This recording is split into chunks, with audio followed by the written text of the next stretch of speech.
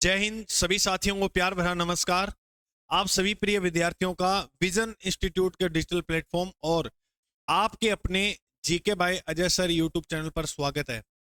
देखिए मेरे साथियों, आज जो हम चर्चा करने वाले हैं वह चर्चा करने वाले हैं बीएसटीसी एग्जाम को लेकर। गुरुजी, बीएसटीसी का जो एग्जाम है अब वो 30 जून को है। बिल्कुल, ये बात आपकी एकदम शानी है और सही बात है, लेकिन आज जो तारीख है वो है 24 जून। अभी हमारे पास ना करता कितना दिन और पड़े हैं। अगर बात करा तो 6 दिन, 6 तो मानो ही ना, 29 तक देखो तो अपने के पास 5 दिन पड़े हैं। बिल्कुल गुरुजी, 5 दिन है। हमारी ये पूरी कोशिश रहेगी बिल्कुल कि 5 दिन में हम आपको राजस्थान जीके जो है वो कवर करवा दें, ऑब्जेक्टिव यानी एमसीक्यू के माध्यम से।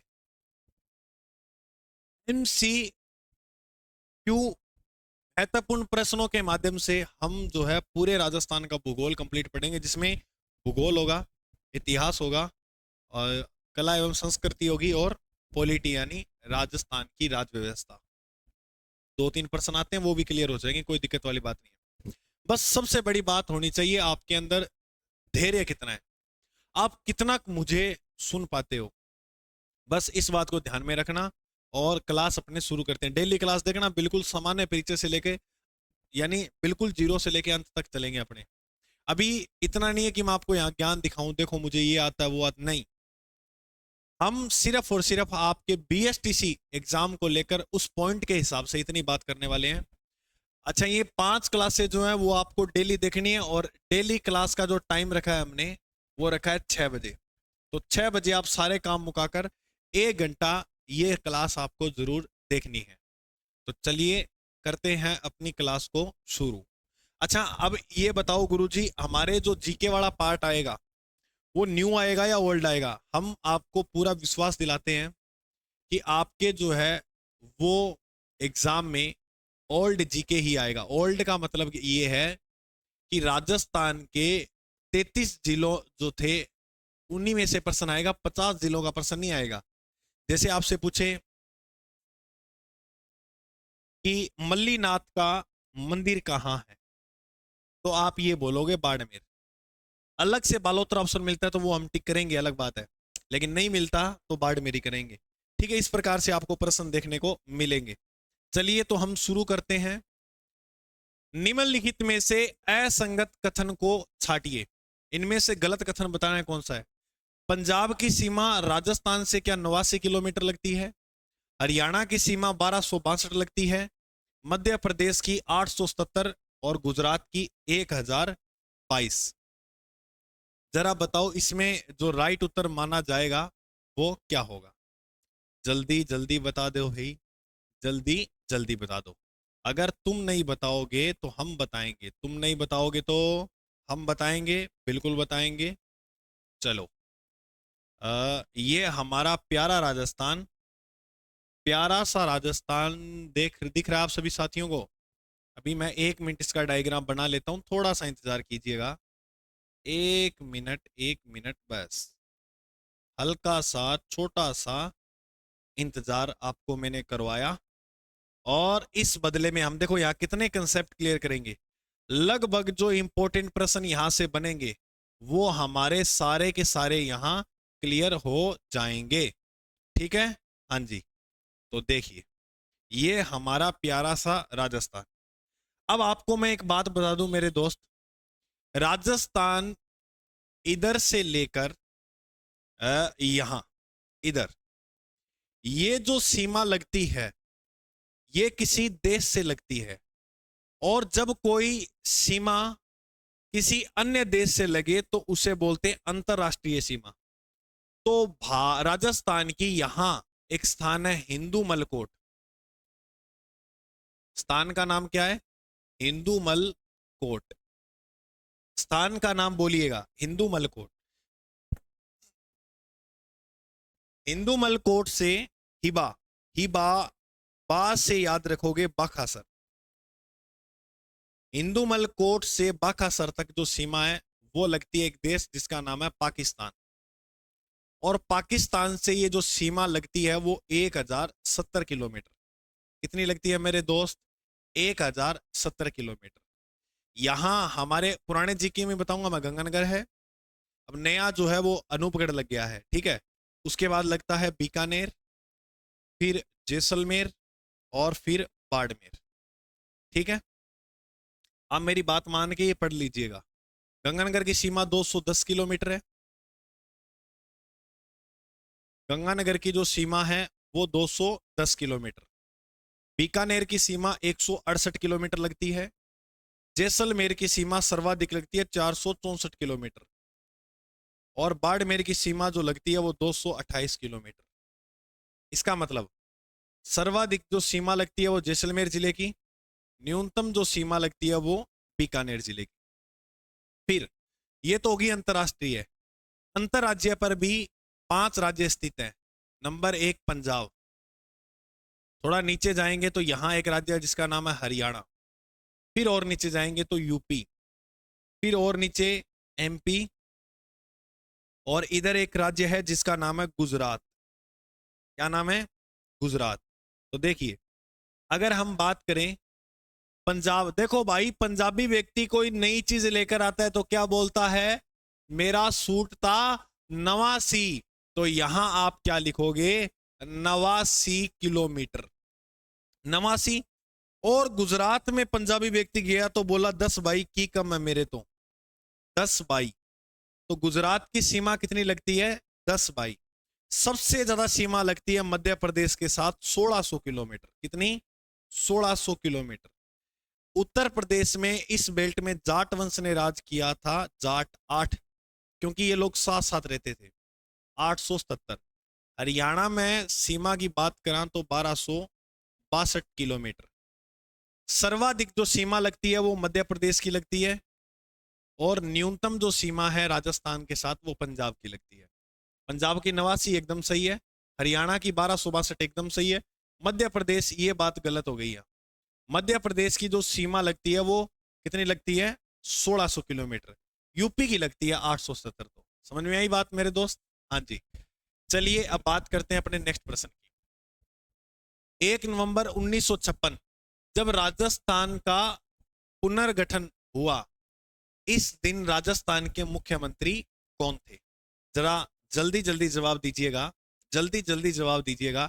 हीरालाल शास्त्री, टीकाराम पालीवाल, मोहनलाल सुखाड़िया, जयनारायण व्यास। देखो, हीरालाल शास्त्री की अगर मैं आपको बात बताऊं तो राजस्थान के प्रथम मुख्यमंत्री, राजस्थान के प्रथम मुख्यमंत्री जो है या जो थे वो कौन थे? हीरालाल शास्त्री जी। प्रथम निर्वाचित मुख्यमंत्री, प्रथम निर्वाचित सीएम जो थे वो थे टीकाराम पालीवाल। और एकीकरण के बाद जो प्रथम सीएम थे, एकीकरण के बाद जो प्रथम मुख्यमंत्री थे, एकीकरण कब पूरा होता है? 1 नवंबर 1956। तब हम बात करेंगे तो वो थे मोहनलाल सुखाड़िया जी। मोहनलाल सुखाड़िया सर्वाधिक कार्यकाल के मुख्यमंत्री रहे हैं। तो सर्वाधिक कार्यकाल किस मुख्यमंत्री का रहा है? मोहनलाल सुखाड़िया का। अगर बात करें न्यूनतम कार्यकाल, न्यूनतम कार्यकाल वाले सीएम जो हैं उनका नाम बताइए। न्यूनतम न्यूनतम कार्यकाल, तो न्यूनतम कार्यकाल वाले जो सीएम राजस्थान में, उनका नाम आप याद करना मेरे दोस्त। उनका जो नाम है वह हीरालाल देवपुरा। हीरालाल देवपुरा। तो उनका नाम क्या है? हीरालाल देवपुरा, ठीक है। न्यूनतम कार्यकाल इनका रहा था। जयनारायण व्यास की अगर हम बात करें तो इन्हें कहा जाता है शेर ए राजस्थान, शेर ए राजस्थान। तो ये बात आपको याद रखनी है। क्लियर? ठीक है भाई। अच्छा, राजस्थान का जो एकीकरण हुआ वो कितने चरणों में हुआ? तो राजस्थान का जो एकीकरण है वो 7 चरण में होता है, जिसमें ज्यादा इंपॉर्टेंट जो है वो 3 चरण शुरू के सन, तीनों के सन और पहले के सारे की सारी रियासतें। एकीकरण के समय 19 रियासत थी राजस्थान में। कितनी रियासत थी? 19। 3 ठिकाने थे और एक केंद्र शासित प्रदेश। केंद्र शासित प्रदेश। ये जो केंद्र शासित प्रदेश है ये सी श्रेणी का था। कौन सी श्रेणी का? सी श्रेणी का। और इस सी श्रेणी का जो केंद्र शासित प्रदेश है उसका नाम था अजमेर मेरवाड़ा। अजमेर मेरवाड़ा। ठीक है, याद रखना। और नोट लगा के एक प्रश्न याद रखना, अगर आपसे प्रश्न पूछे बताओ मारवाड़ जंक्शन कहां है, मारवाड़ जंक्शन, तो जोधपुर मत कर देना मेरे दोस्त। बस इतनी सी रिक्वेस्ट आपसे, मारवाड़ जंक्शन का कभी भी नाम पूछे तो आप उत्तर करोगे क्या? राजसमंद। क्या करोगे? राजसमंद। अब सुनिए, एकीकरण के शुरू के 3 चरण, पहला, दूसरा और तीसरा। पहले चरण का जो नाम है वो क्या? मत्स्य संघ। दूसरे चरण का जो नाम है वो पूर्व राजस्थान संघ। और तीसरे चरण का नाम है संयुक्त राजस्थान संघ। संयुक्त राजस्थान संघ। ठीक है भाई। अच्छा, मत्स्य संघ की स्थापना बताओ कब होती है? तो आप याद रखोगे 18 मार्च 1948 को स्थापना होती है किसकी? मत्स्य संघ की। मत्स्य संघ का गठन कब होता है? 18 मार्च 1948। अगर अगर बात आए पूर्व राजस्थान तो 7 दिन जोड़ दो, एक हफ्ते बाद 25 मार्च 1948 को स्थापना होती है पूर्व राजस्थान संघ की। ये 18 मार्च मैंने पढ़ाया और जब 3 पे जाएंगे तो एक महीने का गेप ला दो। 18 आ गया सेम, लास्ट में 1948 आ गया, तीनों के तीनों सन 48 है। पहला 18 मार्च, दूसरे में 7 दिन जोड़ दो 25 मार्च। 18 से मार्च से सीधा आप एक महीने आगे जाओ 18 अप्रैल। तो 18 अप्रैल को संयुक्त राजस्थान संघ की क्या होती है? स्थापना। मत्स्य संघ में कितनी रियासतें थी? 4, A B C D. Alwar, Bharatpur, Karauli और डी से क्या हो जाएगी? धौलपुर। याद रखना, अलवर जो रियासत है उसी को क्या बनाया गया था? राजधानी। तो मत्स्य संघ की जो राजधानी रही वो अलवर रियासत। कौन सी रियासत? अलवर। संयुक्त राजस्थान संघ के अंदर जो रियासत मिलाई जिसका नाम है उदयपुर, और यहां राजधानी भी किसे बनाया था? उदयपुर को। तीसरे में देखो, तीन तीन में तीन ऐसे लिखा जाता है ना, ऐसे, तो ये ट्रिक याद रखना, उदयपुर भी ऐसे बनता है। पूर्व राजस्थान संघ के अंदर बाबू झाड़ू की को परसाटो, ये सारी रियासतें जो है वो मिलाई गई थी। तो इसका राइट उत्तर हो जाएगा मोहनलाल सुखाड़िया। 1 नवंबर 1956 को राजस्थान के मुख्यमंत्री मोहनलाल सुखाड़िया थे। हवा महल जयपुर के बारे में कौन से बयान सही हैं? सही है ना? हवा महल एक 8 मंजिल संरचना है, पहला ही गलत है, क्योंकि हवा महल जो है वो 8 मंजिल नहीं है मेरे दोस्त, वो जो है वो 5 मंजिल है।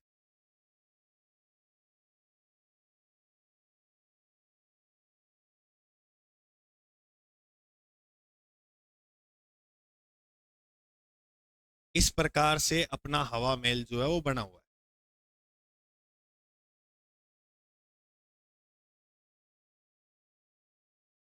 ये देखो मुकुट के समान, ये क्या है? अपना हवा महल। ये क्या है? हवा महल। हवा महल, ठीक है। सभी साथियों को दिख रहा है हवा महल, है ना? चलो भाई, अच्छी बात है, फिर तो बहुत ही शानी बात है। अब देखो हवा महल कितने मंजिल है, तो पहला प्रश्न ये बनेगा, हवा महल जो है वो बिना नींव की है, और कितने मंजिल है हवा महल? 5 मंजिल, सिर्फ और सिर्फ कितना मंजिल है? 5 मंजिल। अच्छा, पांचों मंजिल के नाम बता सकते हो क्या सर आप? बिल्कुल बताएंगे। पहली मंजिल का नाम है सरद या सरद। सरद, रतन, विचित्र, प्रकाश, हवा। सरद, रतन, विचित्र, प्रकाश, हवा। तो ये 5 मंजिलों के नाम है। सरद, रतन, विचित्र, प्रकाश, हवा। ये 5 मंजिलों के क्या है नाम। कृष्ण के मुकुट के समान आकृति है इसकी। कृष्ण के मुकुट, मुकुट के समान। अच्छा, एक एक एक हवा महल के 7 बाप बताता हूं। एक किला है जयपुर में नाहरगढ़, और एक किला है जयगढ़। इन दोनों की एक बात याद रखना। नाहरगढ़ का जो किला है वो, अगर मैं आपको बताऊं तो यहां 9 महल बने हैं। कितने महल? 9 महल। तो 9 महल जो प्रसिद्ध हैं वो नाहरगढ़ में है। इन महलों का जो निर्माण करवाया था वो करवाया माधो सिंह ने। याद रखना मेरे दोस्त, महलों का जो निर्माण करवाया वो किसने करवाया? माधो सिंह। देखो, इस आज की क्लास में मैं एक भी कमेंट नहीं पढ़ूंगा आपके। हमें 5 दिन के अंदर जो मुकाम हासिल करना है, तो आप मतलब समझ लीजिएगा उसका कि अपने को किस प्रकार से जो है वो काम करना होगा, है ना। झूठा लालच नहीं देने वाला मैं आपको यहाँ। तो 9 महल जो है, इस पर जो काम है वो सोने की कलम से किया हुआ है। माधो सिंह की 9 रानी आई जी वास्तर, वो एक महल बनवा हुआ है, एक रानी वास्तर, छोटी छोटी रानी वास्तर। तो बाकी की चिंगर की गल्ला है माने बनवा के दो। उसके लिए इन्होंने 9 एक जैसे महल बनवाए, और 9 महल जो है वो कहाँ? नाहरगढ़। फिर बात करें अपने जयगढ़। देखो, एक पहाड़ी है ईगल। राजस्थान में अगर प्रश्न आए ईगल की पहाड़ी पर कौन सा किला बना हुआ है, तो ईगल की पहाड़ी पर जो किला बना है वो है जयगढ़, जयगढ़ का किला। और एक और है देवगिरी पहाड़ी। देवगिरी पहाड़ी पर जो किला बना है वो है दौसा का किला। दौसा जो दुर्ग है वो किस पहाड़ी पर है? देवगिरी पहाड़ी पर। हवा महल महाराजा सवाई प्रताप सिंह द्वारा बनाया गया था, एकदम सही बात है। हवा महल में 953 झरोखे या जटिल डिजाइनों से सजाई गई खिड़कियां हैं। बिल्कुल, ये बात भी एकदम सही है। यानी ऑप्शन नंबर जो डी है वो एकदम सही माना जाएगा। ऑप्शन नंबर जो डी है वो एकदम सही माना जाएगा। हवा महल में 953 झरोखे हैं। झरोखा क्यों है गुरुजी? आप इसके अंदर जाओगे कभी तो आपको इस प्रकार से झरोखे मिलेंगे यहाँ। हवा महल गए हो ना आप? अगर नहीं गए तो जरूर जाना, अच्छा है। और जाओगे आप तो अच्छा ही कुछ देखोगे। चलें आगे, और इसका राइट उत्तर हो जाएगा डी नंबर ऑप्शन। नेक्स्ट। अच्छा, एक तरफ शहर दे रखे हैं, एक तरफ छतरियां दे रखी है, और ये बात बताई है कि इनको आप सुमेलित कीजिए। इससे पहले आप मुझे 2 प्रश्नों का जवाब दीजिएगा। एक तो है 80 खंभों की छतरी। कौन से खंभों की छतरी? 80। एक है 80 खंभों की छतरी, और एक है 84 खंभों की छतरी।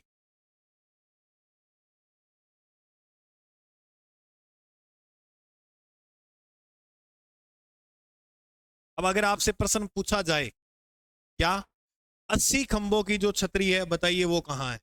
एवं 80 एवं अलवर। 80 खंभों की जो छतरी है वो है अलवर के अंदर। 84 खंभों की जो छतरी है वो है बूंदी में। 84 खंभों की जो छतरी है वो कहां पर है? बूंदी के अंदर। ये 2 बात आप याद रखना।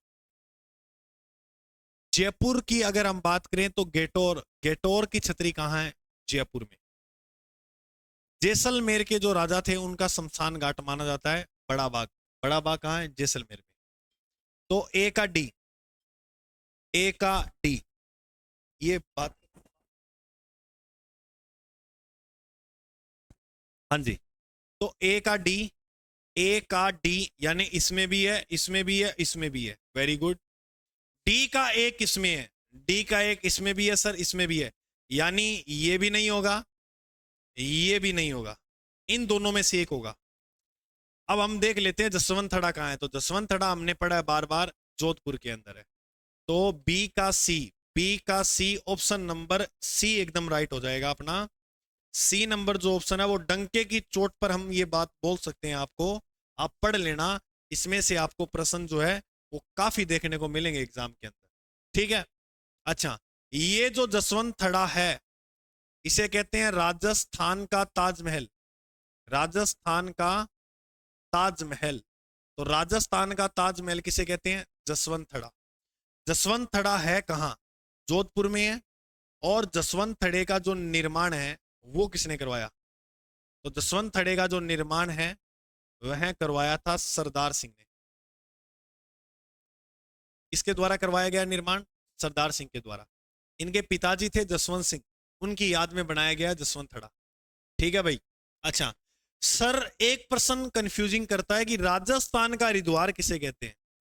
देखो मेरे दोस्त, अगर कभी भी प्रश्न आए राजस्थान का हरिद्वार, तो आपके सामने जो उत्तर रहेगा वो क्या रहेगा? मातृकुंडिया रासिम। मातृकुंडिया रासिम जो चित्तौड़गढ़ के अंदर है उसे क्या कहा जाता है? उसे कहते हैं राजस्थान का हरिद्वार। मातृकुंडिया रासिम के अंदर 1921 में एक आंदोलन चलाया गया जिसका नाम था एकी आंदोलन। तो याद रखना, एकी आंदोलन जो चलाया गया वो कहां से चलाया गया? मातृकुंडिया रासिम से। एकी आंदोलन चलाया किसने था? तो उस व्यक्ति का नाम है मोतीलाल तेजावत। मोतीलाल तेजावत। और मोतीलाल तेजावत को आदिवासियों के मसीहा कहा जाता है। अगर आपसे प्रश्न पूछे आदिवासियों के मसीहा, आदिवासियों के मसीहा, मसीहा जो हैं या जो थे वो कौन? मोतीलाल तेजावत। आदिवासियों के मसीहा किसे कहा जाता है? मोतीलाल तेजावत को। तो हमारा इसमें राइट, जयपुर के अंदर गेटोर की छतरी है, जोधपुर में जसवंत थड़ा बना हुआ है, और कोटा में छत्र विलास है, जैसलमेर के अंदर बड़ा बाग, ठीक है।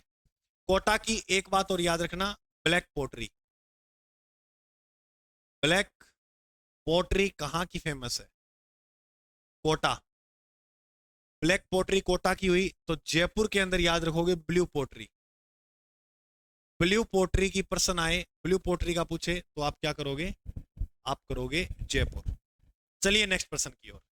अरे भाई बहुत प्यारा प्रश्न आया है, आहड़। आहड़ सभ्यता के लोगों किस खाद्य पदार्थ से अच्छी प्रकार के, मतलब अच्छा प्रकार से परिचित थे? जल्दी जल्दी जवाब दो, इससे पहले मैं आपको आहड़ से संबंधित कुछ बातें लिखाता हूं। आहड़ सभ्यता की अगर हम बात करें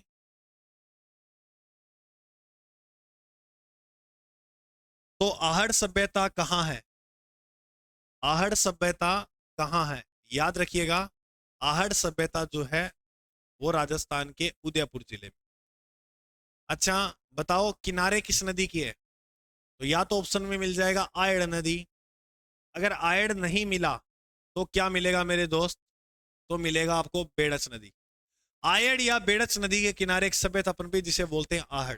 देखो आहड़ जो सभ्यता है यहां अधिक मात्रा में क्या मिला है? तांबा। इसलिए इस सभ्यता को कहते हैं ताम्रवती नगरी। इसे कहते हैं धूलकोट, धूलरगढ़।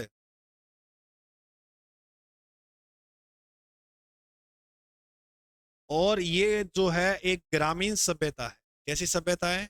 ग्रामीण सभ्यता, ठीक है। अच्छा ये सभ्यता बताते हैं कि यहां 6 चूल्हे के साक्ष्य मिले हैं। कितने चूल्हे? 6 चूल्हे। एक नंबर बात। दूसरी, आहड़ सभ्यता की अगर हम बात करें, इसकी खोज किसने की?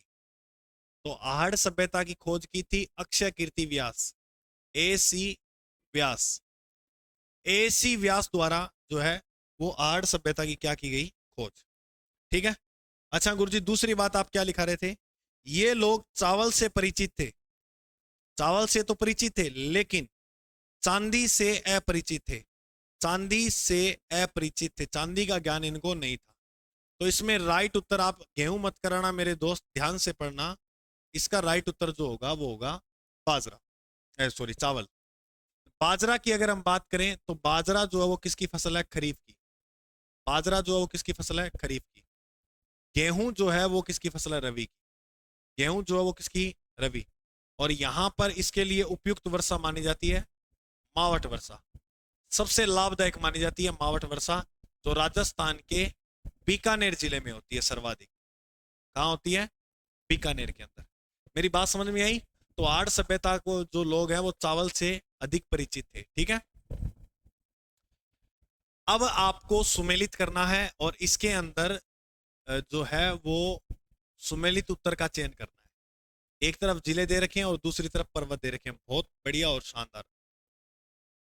अब अगर हम बात करें आगे, जालोर के अंदर कौन सा पर्वत है, और जयपुर में कौन सा है, अलवर में कौन सा है, और उदयपुर में कौन सा है।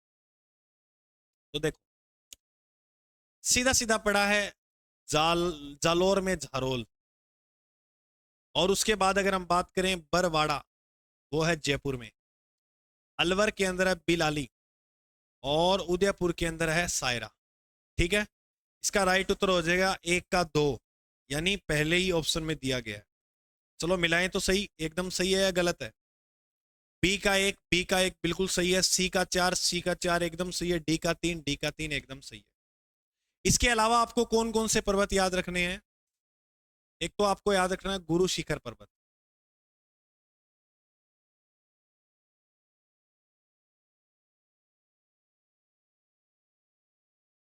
कौन सा पर्वत भाई, गुरु शिखर। अच्छा, गुरु शिखर जो पर्वत है बताओ वो कहां है, माउंट आबू के अंदर। और माउंट आबू जो है वो राजस्थान के सिरोही जिले में। कौन से जिले में, सिरोही के अंदर। गुरु शिखर पर्वत की अगर कुल ऊंचाई की बात करें तो 1722 मीटर तक इसकी ऊंचाई है। इसका मतलब ये है कि ये राजस्थान क्या, अरावली, अगर अरावली ऑप्शन में नहीं मिलेगा तो आपको मिलेगा राजस्थान। तो राजस्थान का सबसे ऊंचा पर्वत, इंपॉर्टेंट है भाई, सबसे ऊंचा पर्वत। बताओ राजस्थान का सबसे ऊंचा पर्वत कौन सा है, गुरु शिखर।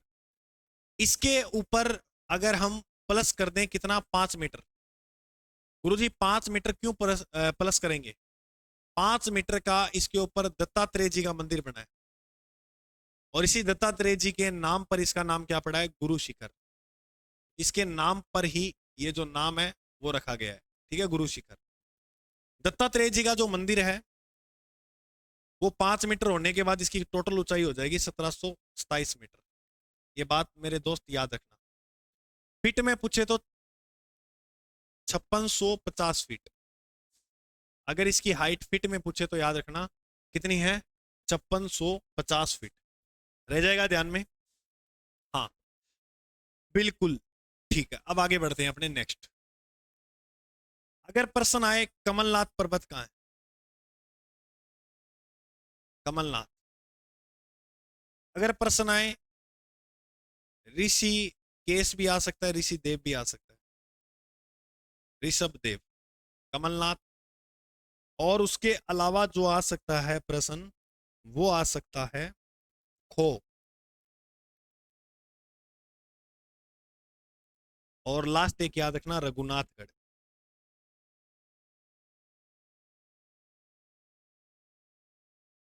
चलिए अब मुझे आप एक ये बात बताओ कि कमलनाथ पर्वत जो है वो कहाँ है, उदयपुर। ये बात याद रखना, रह जाएगी ध्यान में, ठीक है।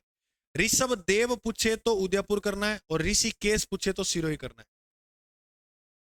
खो पहाड़ी पूछे तो खो याद रखना, खो जयपुर में, खो जयपुर। और रघुनाथगढ़ पहाड़ी की बात करें तो ये कहाँ है, सीकर। कहाँ है, सीकर के अंदर। बोलो बात समझ में आई, सभी साथियों को समझ में आई। अगर आपसे प्रश्न पूछे बताओ अचलगढ़ पर्वत कहाँ है, अचलगढ़, तो क्या करोगे, अचलगढ़ पर्वत का पूछेगा तो एग्जामिनर हमें करना है सिरोही। क्या करना है, सिरोही। अगर बसंत पूछे या बसंती गढ़ पूछे, बसंती भी रोई में गई सिरोई, बसंती भी कहाँ गई, रोई में। चलो नेक्स्ट, बोराट का पठार, बोराट का पठार कहाँ स्थित है? तो बोराट का जो पठार है वो रघुनाथगढ़ से नारगढ़ है, अचलगढ़ से देलवाड़ा है, और कुंभलगढ़ से गोगुंदा है, जयगढ़ से नारगढ़ है। चलो अगर हम बात करें कौन सा पठार कहा है भाई, हमें बताएंगे, जरूर बताएंगे। ये पठार है बोराट का।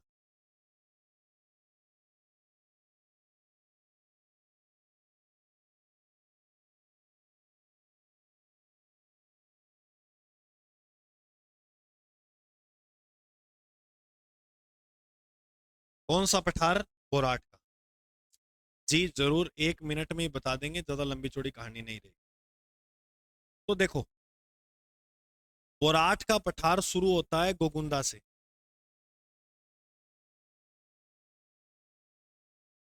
गोगुंदा कहाँ है गुरुजी? उदयपुर।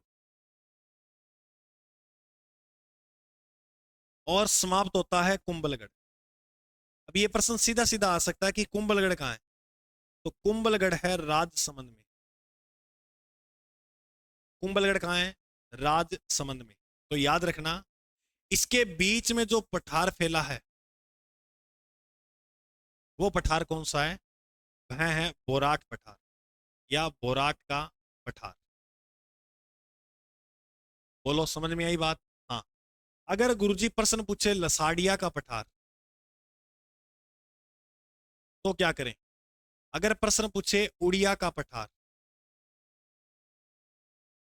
और अगर प्रश्न पूछे मेसा का पठार,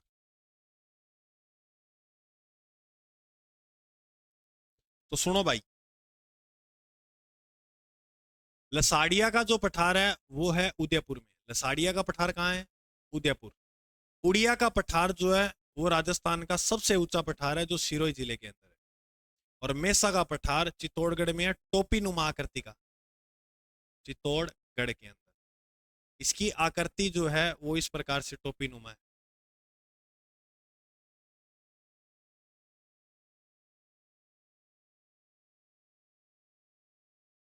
टोपी नुमा आकृति का है मेसा का पठार। और इसी मेसा के पठार पे एक किला बना हुआ है, और उस किले का नाम है चित्तौड़गढ़। चित्तौड़गढ़ का जो किला है वो कौन से पठार पर बना हुआ है? याद रखना, भूल मत जाना मेरे भाई, वो पठार है मेसा का। तो मेसा के पठार पर चित्तौड़गढ़। हमसे पूछा गया बोराट का पठार, ऑप्शन नंबर सी एकदम सही हो जाएगा। कुंभलगढ़ और गोगुंदा के बीच में जो पठार फैला है उसे क्या बोलते हैं? बोराट का पठार। चलें आगे। हाँ जी। राजस्थान में कुप्पड़ पट्टी का विस्तार है। देखो, राजस्थान में अपने पड़ते हैं मरुस्थल। मरुस्थल पड़ते हैं, हाँ गुरुजी। 25 सेंटीमीटर वर्षा रेखा जो है वो मरुस्थल को 2 भाग में बांट देती है, जिसमें एक भाग का नाम हो जाता है शुष्क प्रदेश, और दूसरे भाग का जो नाम है वो क्या हो जाता है? अर्ध शुष्क। तो मरुस्थल को 2 भाग में बांटने वाली वर्षा रेखा कौन सी है? 25 सेंटीमीटर। और जब प्रश्न आ जाए राजस्थान को 2 भाग में बांटने का, तो याद रखना 50 सेंटीमीटर। अच्छा, 1 सेंटीमीटर के अंदर कितना मिलीमीटर होता है? तो याद रखना 10 होता है। अगर 10 को मैं 50 से गुणा करूंगा तो मेरे पास आ जाएगा 500 एक बात ये भी याद रखना कि राजस्थान को विभाजन करने वाली वर्षा मिलीमीटर में पूछे तो 500 करना है। ठीक है दोस्त? हाँ। अब अर्ध शुष्क जो प्रदेश है, इस अर्ध शुष्क प्रदेश के 4 भाग हैं, नंबर 1, नंबर 2, नंबर 3 और नंबर 4। सबसे पहली अगर हम बात करते हैं तो उस प्रदेश का नाम है घग्गर बेसिन। नंबर 2 पे आएगा शेखावाटी या बांगर प्रदेश। नंबर 3 पे आएगा नागौरी उच्च भूमि।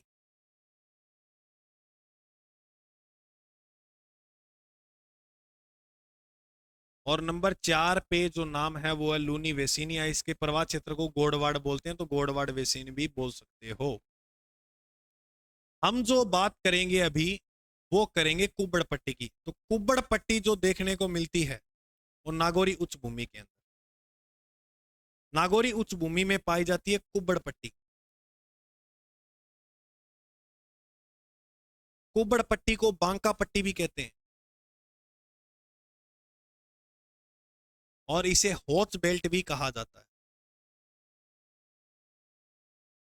ये राजस्थान के 2 जिलों में है, जिसमें एक जिले का नाम है अजमेर, और दूसरे जिले का जो नाम है वो क्या है, नागौर। राजस्थान के 2 जिलों में फैली कुब्बड़ पट्टी जो है, इसके अंदर एक यहाँ के लोगों में रोग मिलता है फ्लोरोसिस, यहाँ इसमें पानी में फ्लोरोसिस की मात्रा, फ्लोराइड, फ्लोराइड की मात्रा ज्यादा पाई जाती है।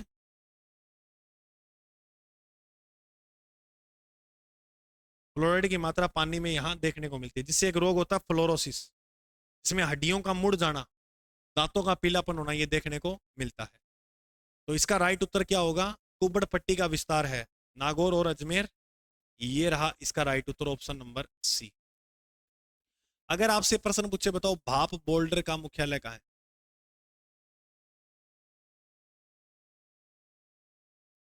भाप बोल्डर जो है वो है फलोदी, और हमें पुराना जीके पढ़ना है, तो फलोदी कहाँ है, जोधपुर। एक बात और याद रखना, यहाँ बड़ला के अंदर फलोदी में एक स्थान है बड़ला, यहां राजस्थान का प्रथम वह राजस्थान का सबसे बड़ा सोलर पार्क लगाया गया है। तो राजस्थान का सबसे बड़ा सोलर पार्क जो है वो कहां स्थापित किया गया है, बड़ला। और दूसरे नंबर का पूछे तो वो किया गया नोक में। राजस्थान का दूसरा सबसे बड़ा सोलर पार्क नोक, और नोक कहां है, जैसलमेर, जैसलमेर के अंदर। समझ में आ जाएगी बात? हाँ, तो याद रखना इसका ऑप्शन नंबर सी राइट उत्तर माना जाएगा। निरंजनी संप्रदाय के प्रवर्तक कौन है? देखो, निरंजनी संप्रदाय की जो स्थापना की थी वो हरिदास जी ने की थी, इसलिए हरिदास जी को निरंजनी संप्रदाय का प्रवर्तक माना गया है। अगर निरंजनी संप्रदाय से हमें प्रश्न ये पूछा जाए, बताओ निरंजनी संप्रदाय की मुख्य पीठ कहाँ है, निरंजनी संप्रदाय की मुख्य पीठ, तो पीठ का प्रश्न याद रखना है गाडा डीडवाना।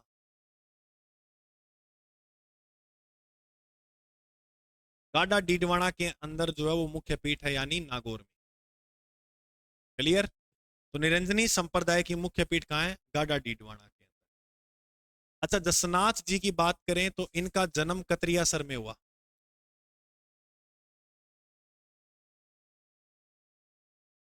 और इसके जो संप्रदाय के लोग मिलेंगे वो आपको बीकानेर के अंदर अधिक देखने को मिलेंगे। जसनाथ जी की आराधना में एक नृत्य किया जाता है, और उस नृत्य का नाम है अग्नि। अग्नि नृत्य जो किसकी आराधना में किया जाता है, जसनाथ जी। जसनाथी संप्रदाय के लोग फतेह फतेह बोलते हैं नृत्य करते समय। ठीक है? और इसके अंदर आपको जो नियमों की संख्या मिलेगी वो कितनी मिलेगी, 36 नियम। जाम्बो जी की बात करें तो इनमें जो नियम की संख्या मिलेगी वो कितनी, 29। पर्यावरण वैज्ञानिक, पर्यावरण वैज्ञानिक के नाम से किन्हें जाना जाता है, जाम्बोजी महाराज।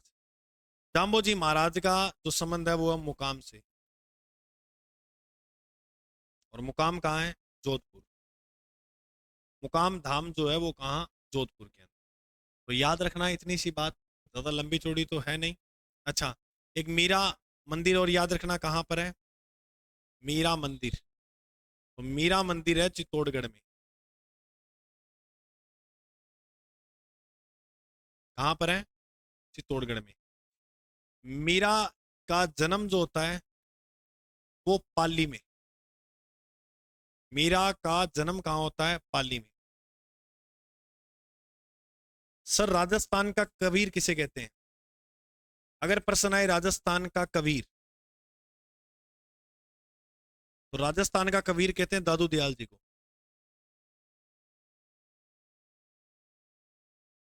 राजस्थान का कबीर किसे कहा जाता है? दादू दयाल।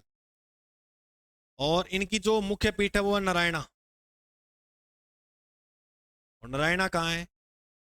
जयपुर के अंदर, याद रखना, ठीक है भाई। राजस्थान के कबीर दादू दयाल जी को कहा जाता है। इसका राइट उत्तर हो जाएगा ऑप्शन नंबर 1, हरिदास जी। तो निरंजनी संप्रदाय के संस्थापक कौन है? हरिदास जी।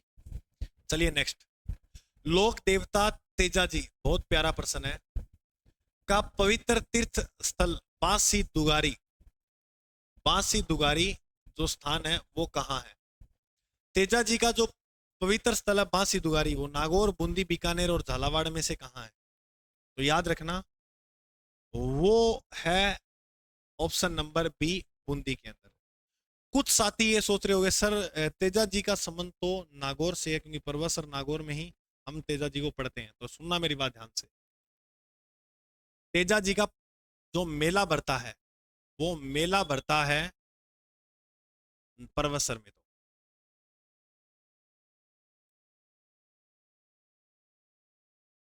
और पर्वतसर कहाँ है? नागौर, ठीक है, याद रखना।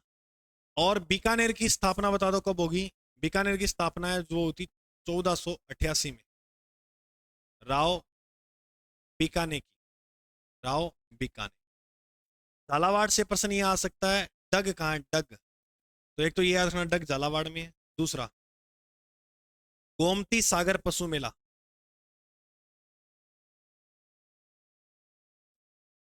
कहाँ लगता है? झालावाड़ में। और झालावाड़ जो है वो काली सिंध नदी के किनारे है। झालावाड़ किस नदी के किनारे है? काली सिंध नदी के।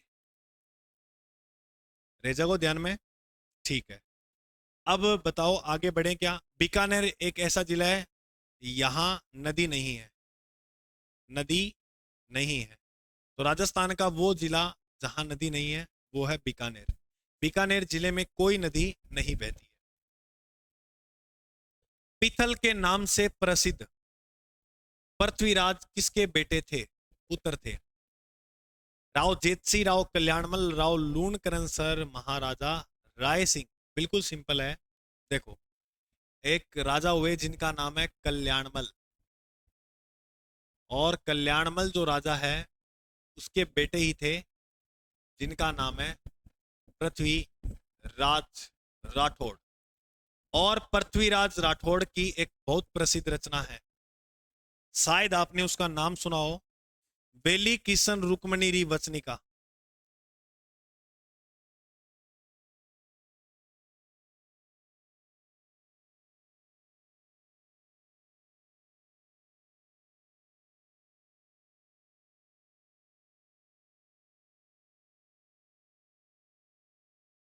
बेली कृष्ण रुक्मणी री वचनिका पृथ्वीराज राठौड़ ने लिखी। इसे एल पी टेसीटोरी ने डिंगल का हयूरोज का, क्योंकि ये डिंगल भाषा में जो है वो कविताएं हयूरोज लिखा करता था, ठीक है, इसलिए कहा। तो इसका राइट उत्तर हो जाएगा ऑप्शन नंबर बी। ठीक मेरे दोस्तों, वैसे सर पिंथल और पांथल रचना किसकी है? देखो, पिंथल व पांथल रचना अपने सुजानगढ़ के एक बहुत प्यारे कवि हुए कन्हैयालाल सेठिया जी।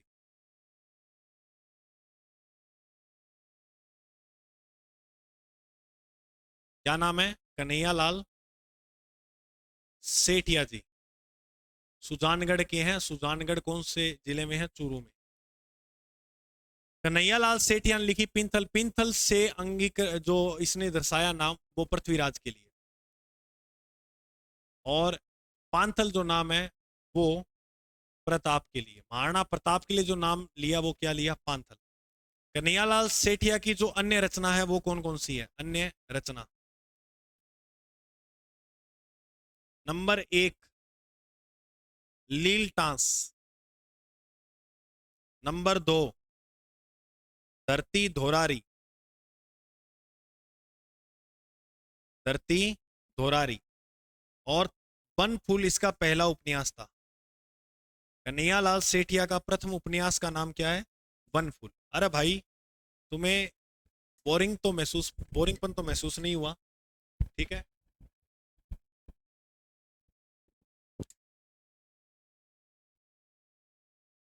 हम बहुत शानदार तरीके से अच्छे से हम प्रैक्टिस कर लेंगे, टेंशन मत करना, चिंता मत करना, कोई बात नहीं। तो याद रखना, पीथल नाम से जो पृथ्वीराज को जाना जाता है वो कल्याणमल के बेटे थे। बटनेर को विजय कर किस राजा ने बटनेर का नाम बदलकर हनुमानगढ़ कर दिया था? देख मेरे दोस्त, ये बात है 1805 की। 1805 में सूरत सिंह ने आक्रमण किया था मंगलवार के दिन बटनेर पर। और मंगलवार हनुमान जी का बार होता है, इस कारण इन्होंने नाम क्या रख दिया? हनुमानगढ़। आप कभी बटनेर दुर्ग गए हो तो आपको हनुमान जी का सामने ही मंदिर मिलेगा। वो राजा कौन था? वो राजा है सूरत सिंह। कौन सा राजा? सूरत सिंह। बटनेर दुर्ग की अगर हम बात करें तो बटनेर दुर्ग का वास्तुकार कौन? केकई। केकई जो है, ककेई, वो इसका वास्तुकार। बटनेर दुर्ग राजस्थान का सबसे प्राचीन किला है,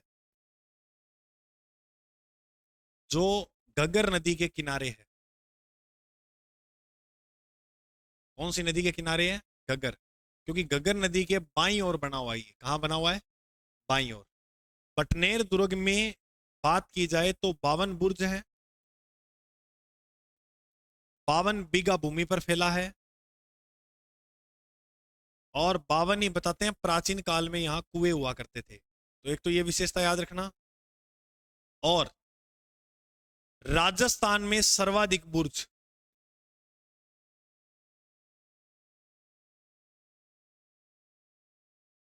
वो है सोनारगढ़ किले।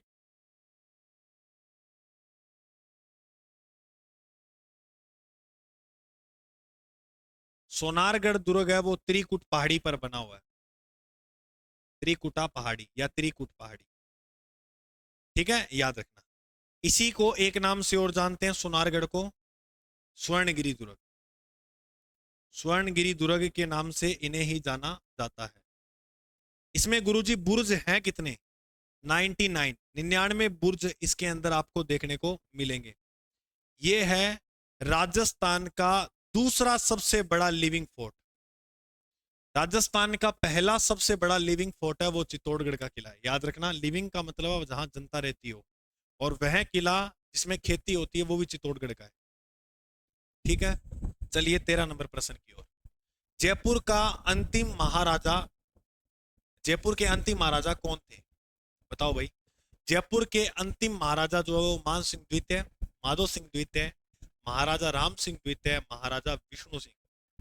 तो अगर हम बात करें, ये जो मान सिंह द्वितीय है यह है राजस्थान के एकीकरण, यानी राजस्थान का जो अंतिम 7वां चरण था तब तक महाराजा थे।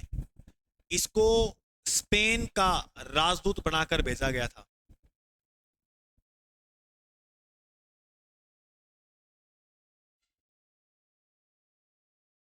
एक जगह बैठकर पढ़ो भाई, ठीक है। हाँ, तो स्पेन का राजदूत बनाकर भेजा गया किसको? महाराजा मान सिंह द्वितीय को। और मान सिंह द्वितीय की अगर हम बात करें, मान सिंह द्वितीय की अगर हम बात करें तो याद रखना, मान सिंह द्वितीय जब गए थे तो ऐसे बताते हैं कि ये राजस्थान के अंतिम महाराजा हैं। वो लिखा हुआ ना अंतिम, राजस्थान के अंतिम राज प्रमुख है। जब ये स्पेन गए तो राज प्रमुख का पद समाप्त करके एक नया पद लेकर आए, और उस पद का नाम था राज्यपाल।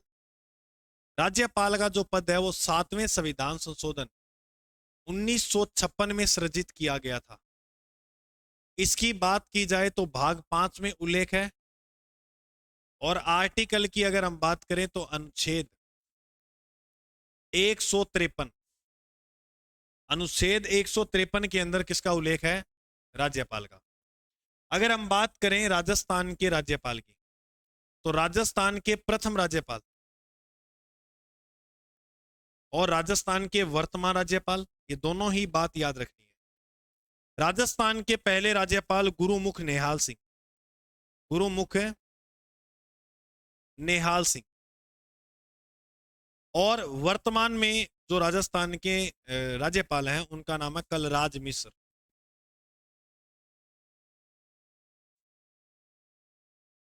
कलराज मिश्र। तो याद रखना, राज्यपाल का पद 7वें संविधान संशोधन के द्वारा अंगीकृत किया गया, भाग 5 और अनुच्छेद 153 के अंदर इसका उल्लेख है। राजस्थान के प्रथम जो राज्यपाल थे उनका नाम है गुरुमुख निहाल सिंह, और वर्तमान में जो है वो कौन है, कलराज मिश्र। इसका राइट उत्तर होगा ऑप्शन नंबर 1, ध्यान से पढ़ लेना।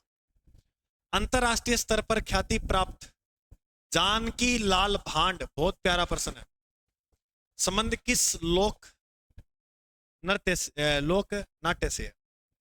देखो, भांड जाति का जो काम होता है वो स्वांग कला दिखाना होता है, स्वांग, इसे आप बहरूपिया कला बोलते हो। इसने विश्व स्तर पर पहुंचाया था बहरूपिया कला को। बहरूपिया कला को विश्व स्तर पर लेके जाने वाले जो व्यक्ति हैं वो कौन है, जानकी लाल भांड। तो इसका राइट उत्तर जो माना जाएगा वो ऑप्शन नंबर सी, स्वांग। अच्छा, इसे ही कहते हैं मंकी मैन। मंकी मैन अगर पूछे किसे कहा जाता है, तो मंकी मैन के नाम से जो जाने जाते हैं वो जानकी लाल भांड। क्लियर। नौटंकी कहाँ की फेमस है सर राजस्थान में? भरतपुर जिले के अंदर की बात की जाए, वहां की नौटंकी। नौटंकी कौन करे? भरत करे, याद रखो। तमाशा, तमाशा की बात करें तो तमाशा है टोंक। और नमदे भी कहाँ के फेमस है? नमदा, नमदा भी टोंक। स्वांग का हो ही गया, याद रखना, ठीक है। और एक ख्याल याद रखना, कुचामनी, कुचामनी ख्याल। कुचामनी, कुचामन कहाँ है? नागौर। कुचामनी ख्याल नागौर, और इसका संबंध लच्छी राम जी से। ठीक है मेरे दोस्त, चलिए नेक्स्ट प्रश्न पे। तत्वाद्य यंत्र के गज अर्धचंद्राकार होती है, किस तत्वाद्य यंत्र किया था? किस पूछा है? कौन सा तत्वाद्य यंत्र है जिसकी गज अर्धचंद्राकार होती है? सुरिंदा, सारंगी, दुकाको और गुर्जरी। पहले तो आप ये बताओ मुझे, तत्वाद्य यंत्र कौन से होते हैं? वाद्य यंत्र को 4 भाग में बांटा गया।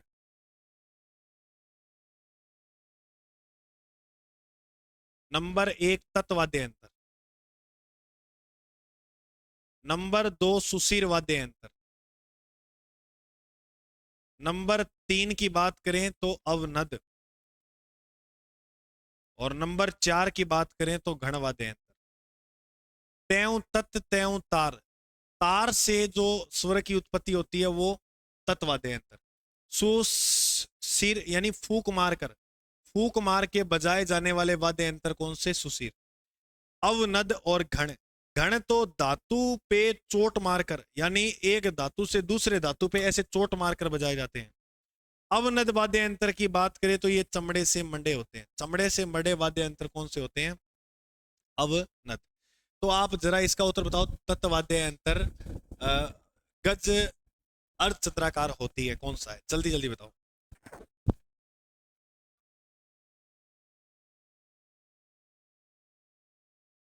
किस तत्वाद्य की गज, अच्छा तत्वाद्य यंत्र होते कौन कौन से हैं बताओ?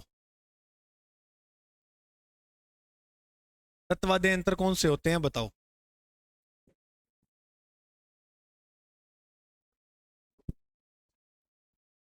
हाँ तो इसका एक प्यारा सा मंत्र याद रखना, भूत का इशारा,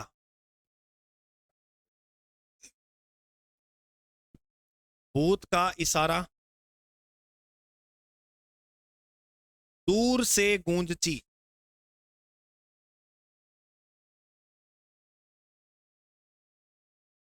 भूत का इशारा दूर से गूंज। भू से याद रखना बपंग, और बपंग के साथ एक और याद करना अपंग, ये दोनों ही तत्वाद्य यंत्र है। तय से याद करना तंबूरा, का से याद क्या करोगे? कामा यचा। ये सारे तत्वाद्यंतर है मेरे दोस्त। ई से इक तारा, मीराए तेरो। हाँ, ई से क्या हो जाएगा? इक तारा। ई से क्या हो जाएगा? इक तारा। एक तारा के साथ याद रखो दो तारा। एक तारा के साथ क्या याद करोगे? दो तारा। सा से याद करोगे सारंगी, और रा से याद करोगे रावण हत्ता। दू से दुकाको, रै से रवाब या रवाज। सै से याद रखना सुरमंडल, और गू से याद रखना है गुर्जरी। बस यही याद करना है मेरे दोस्त। अर्धचंद्राकार की अगर हम बात करें वो कौन सा है? गुजरी। ठीक है, एक वाद्य यंत्र और है, जैसे जंतर। देव नारायण जी की आराधना में कौन सा वाद्य यंत्र बजाया जाता है? देव नारायण।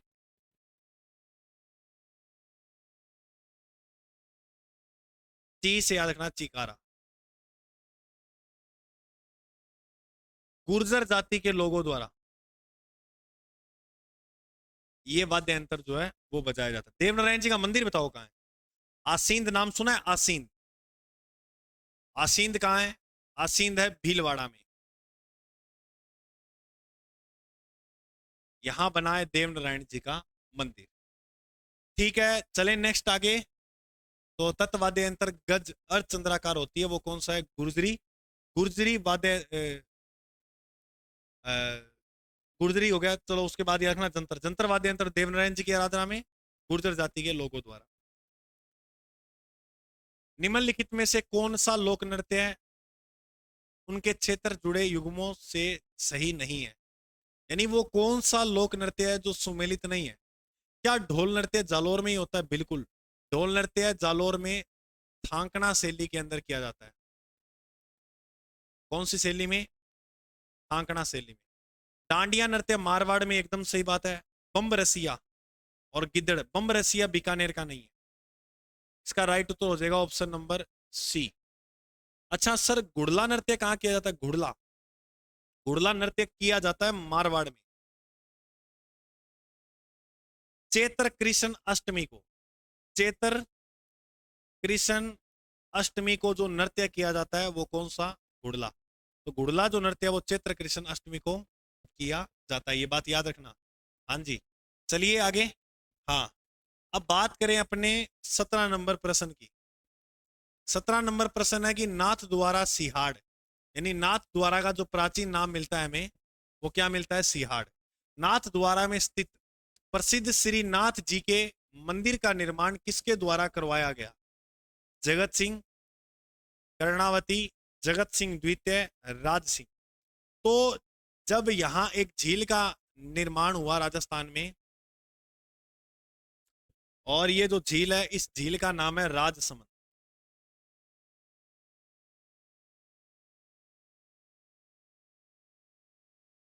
तो इसके किनारे एक मंदिर बनाया गया था द्वारिकाधीश का।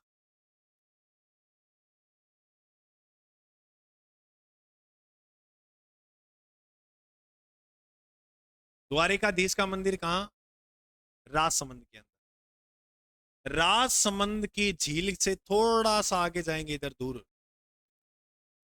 यहां एक मंदिर और बना है, ये है श्रीनाथ जी का। श्रीनाथ जी का मंदिर बनाया गया सिहाड़ के अंदर। लेकिन हुआ क्या? हुआ ये कि सिहाड़ का नाम बदल के श्रीनाथ जी के नाम पे कर दिया, नाथ द्वारा। और नाथ द्वारा की क्या फेमस है बताओ? पिछवाइयां। भगवान कृष्ण की पर्दे पर बाल लीला का अंकन किया जाता है, कपड़े का पर्दा होता है उस पर बाल लीला का अंकन, जैसे क्या बोलते हैं? पिछवाइयां। नाथ द्वारा चित्रशैली में कमला और इलायची, कमला और इलायची दो महिला चित्रकार थी, इनके दोनों के नाम याद रख लेना। ठीक है भाई, तो इसमें राइट उत्तर जो हो जाएगा option number D, Raj Singh द्वितीय, सो राज सिंह सीधा। बात करते हैं अपने नेक्स्ट प्रश्न की, 18 पे। महाराणा सांगा के बाद मेवाड़ का उत्तराधिकारी कौन बना? महाराणा सांगा के बाद जो मेवाड़ का अगला उत्तराधिकारी बना उसका नाम रतन सिंह, उदय सिंह, विक्रमादित्य, भीम सिंह। तो कुछ समय के लिए जो बना, कुछ ज्यादा लंबे समय तक नहीं रहा था रतन सिंह, थोड़े समय के लिए बना था रतन सिंह। रतन सिंह के बाद बना था विक्रमादित्य। सांगा के बेटे रतन सिंह भी थे और विक्रमादित्य भी, इसीलिए। अब बात की जाए उदय सिंह की, तो इन्होंने 1559 में एक नगर बसाया जिसका नाम है उदयपुर। तो बताओ आप, उदयपुर की स्थापना कब हुई? उदयपुर की स्थापना होती है 1559 में। उदयपुर को व्हाइट सिटी के नाम से जानते हैं। उदयपुर को lake of city, lake of city के नाम से जानते हैं, यानी झीलों की नगरी। झीलों की नगरी जो है वो बताओ किसे कहा जाता है? वो उदयपुर को। समझ में आई आपको इतनी बात? अगर आपसे प्रश्न मेरे दोस्त ये पूछे, बताओ बीकानेर की स्थापना कब हुई, वो तो बता दिया जयपुर। अजमेर, जोधपुर, जैसलमेर। अगर इनकी स्थापना पूछी जाए तो बता दोगे क्या? हाँ गुरुजी बिल्कुल बता देंगे।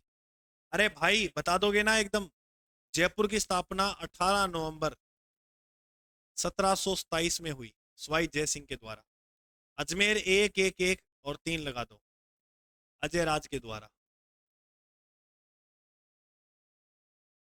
जोधपुर की स्थापना 100 साल पहले उदयपुर के 1459 राव जोधा द्वारा।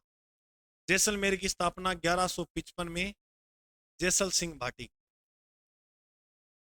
ठीक है, इसके बाद ये याद कर लेना। तो सांगा के बाद जो उत्तराधिकारी बना वो कौन बना? रतन सिंह। महाराणा कुंभा के विषय में निम्न में से कौन सा कथन गलत है? असत्य, असत्य। उन्होंने कुंभलगढ़ का निर्माण करवाया, बिल्कुल सही बात है। कुंभलगढ़ का किला है राजसमंद में। अबुल फजल ने कहा था कि नीचे से ऊपर देखेंगे तो चोटी, सर की पगड़ी गिर जाएगी। 36 किलोमीटर जो है वो लंबी दीवार है इसकी, दुर्ग की, और इसी में महाराणा प्रताप का जन्म हुआ। संगीत प्रेमी थे, बिल्कुल थे, संगीत प्रेमी वीणा वादक थे। वे मेवाड़ के महान शासकों में से एक थे, बिल्कुल। वे सभी विद्वान न थे किंतु विद्वानों के आश्रयदाता थे, नहीं, विद्वानों के आश्रयदाता भी थे और सभी भी विद्वान थे। ये ऑप्शन जो है वो इसमें गलत हो जाएगा, वो खुद भी विद्वान थे। महाराणा कुंभा की अगर बात करें तो प्रश्न पूछे ना कभी, स्थापत्य कला का जनक, स्थापत्य कला का जनक किसे कहा जाता है? तो कुंभा को। और चित्रकला का जनक पूछे तो भी किसे कहा जाता है? याद रखना, कुंभा को। चित्रकला का जो जन्म होता है, उद्भव होता है, वो मेवाड़ से। चित्रकला का जो जन्म होता है वो कहां से? मेवाड़ से। हाँ भाई, ठीक है। अब तक कोई दिक्कत वाली बात तो नहीं चल रही? बढ़िया, सब सही समझ में आ रहा है। और देखो, जिस साथी ने अभी तक चैनल सब्सक्राइब नहीं किया वो जरूर कर लेना। हमारी डेली ही क्लास इस प्रकार आपको देखने को मिलेगी शाम को। और 2 या 3 तारीख से हम एक घोषणा करने जा रहे हैं बहुत बड़ी आप सभी साथियों के लिए। चाहे आप आरएएस की तैयारी कर रहे हो या एसआई या सेकंड ग्रेड, फर्स्ट ग्रेड, आगे जो भी आपके रिलेटिव में तैयारी कर रहे हैं, उसके लिए हम राजस्थान की जियोग्राफी बिल्कुल लेकर आएंगे। ठीक है, आपका थोड़ा प्यार अच्छा रहा तो हम जल्द ही ले आएंगे। सहयोग तो बहुत जरूरी है, घर भी नहीं चलता सहयोग बगैर। तो आपका साथ तो मुझे चाहिए ही। और क्लास अगर अच्छी लगे ना, थोड़ा स्टेटस लगा लेना और कमेंट में बता देना कि क्लास लगी कैसे। ठीक है, चैनल सब्सक्राइब करो, थरोजी कर लियो, लाइक तो कर ही देना, लाइक तो कोई नहीं देखता, सब्सक्राइब भी कौन देखता है ना। चलो, ये लास्ट प्रश्न आज की क्लास का। राजस्थान में पहले राज्यपाल की नियुक्ति किस वर्ष में की गई? मैंने अभी बताया आपको। राजस्थान में 7वां संविधान संशोधन कब लाया गया? 1956 में। उसी के तहत राज्यपाल पद जो है वो नियुक्त किया गया और उसी के तहत जो है वो नियुक्ति की गई राज्यपाल की। मेरी बात समझ में आ गई? हाँ। अब इस क्लास की जो आपको ये पढ़ाया गया पीडीएफ जो है वो आपको GK by Ajay sir Telegram channel पर उपलब्ध हो जाएगा।